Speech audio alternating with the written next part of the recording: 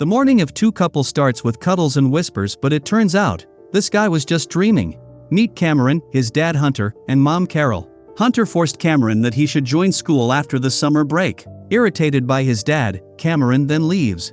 He sets out in his bicycle to an ice cream store where he works.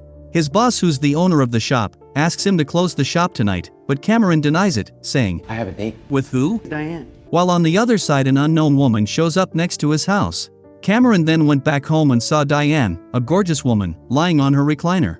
He thought of texting her, just when some dudes came in and accused him of taking pictures of her, calling him You're a perv. They threw his phone on the street and a car ran over it. He went back home, regretting about his damaged phone.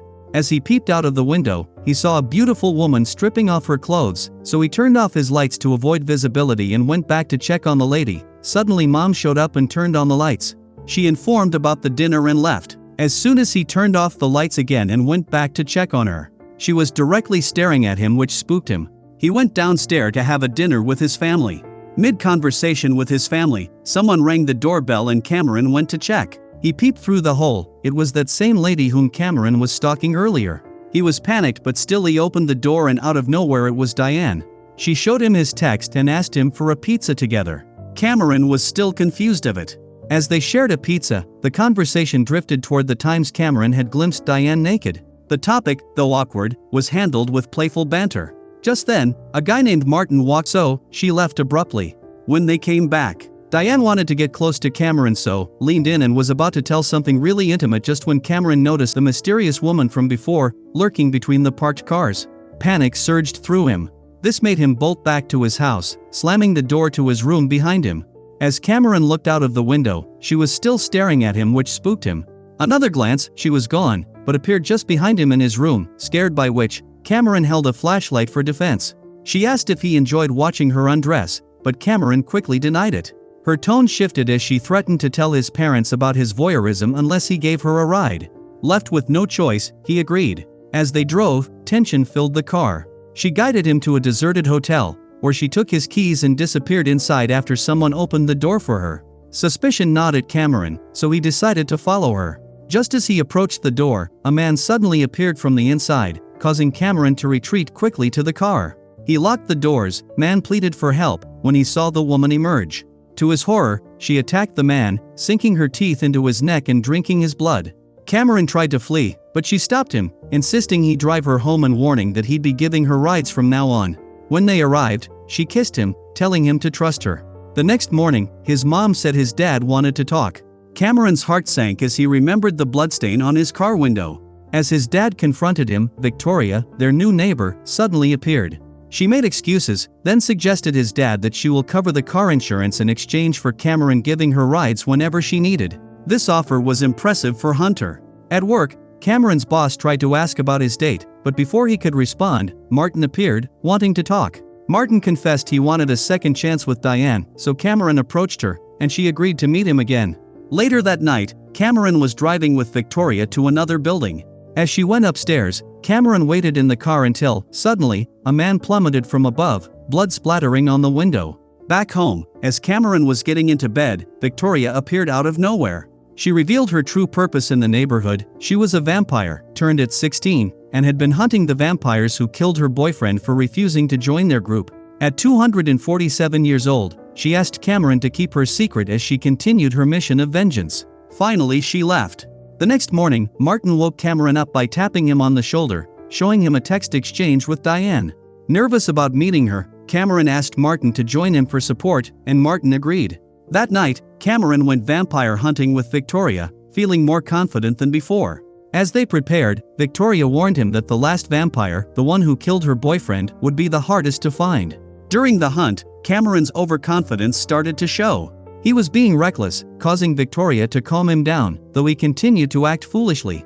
As Victoria moved into a darker room to find her target, Cameron followed, still jittery. A guard entered the room, and suddenly, gunfire erupted. Bullets flew, but Victoria quickly took out the guard. Victoria then noticed Cameron lying on the floor, seemingly unconscious.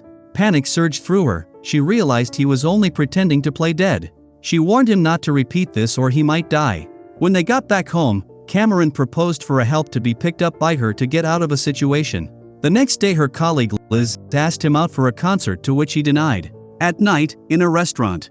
Just when Diane, Martin and Cameron were having a really awkward conversation, Diane went to the bathroom when Victoria came in and they both left, leaving Martin alone.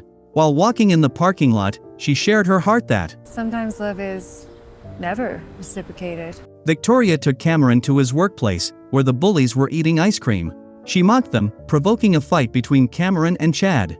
With Victoria's help, Cameron exploited Chad's weakness and beat him up. Back in the car, Victoria gave Cameron her blood to heal him, but it left him feeling uneasy and kind of horny. Later, as he lay in bed, Victoria appeared, and they began making out until Cameron's dad walked in, catching them off guard. When they resumed, Cameron realized he wanted Diane, not Victoria, offending her, and she left. The next day, Martin tried to talk to Cameron about his mistake, but Cameron wasn't interested. That day, Victoria visited Diane's shop, while Cameron chatted with his co-worker Liz, and they made plans to attend a band that night. As Cameron was getting ready, his dad gave him some advice. If you start to explore too many options at one time, you may end up with none. And a handful of condoms. Before heading out, Cameron sneaked behind Victoria's house and saw her and Diane making out through the window. Disturbed, he watched as Victoria closed the curtains, while Liz waited for him all night, but he didn't show up.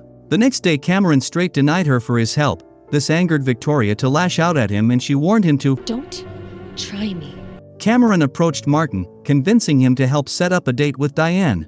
Using Martin's phone, he texted her and made plans for that night. Afterward, Cameron went to work, resigned from his job, and got a beating from Liz for standing her up. Determined, Cameron visited Diane's shop to ask if she was really going on a date with Martin.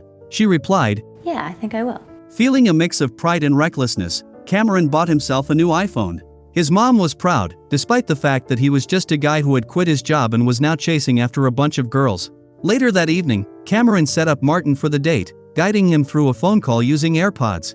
However, his voice was loud enough to be overheard, yet Martin still managed to get Diane to Lover's Lane. When Cameron arrived, he was shocked to discover that Diane had turned into a vampire. It was then revealed that Victoria had orchestrated the entire situation. Cameron went looking for Liz, but she was nowhere to be found. Suddenly, Diane pulled up, revealing Martin in the car's trunk. He had been turned into a vampire as well. Diane confessed her love for Cameron, and after they made out, she left. Back at home, Cameron discovered that Victoria had planned to kill him. Just as things took a dark turn, Diane arrived with Martin. The ice cream shop guy tried to blackmail them, threatening to expose their secret as vampires, but he quickly met his end. A fierce fight broke out between Victoria and Diane. During the battle, it was revealed that Victoria's boyfriend had been killed by her own master, and that Diane was actually Victoria's blood sister. After the fight, they reconciled, made out, and left together with the rest of the vampire crew. Make sure to subscribe and turn on the notifications so you can watch more videos like this.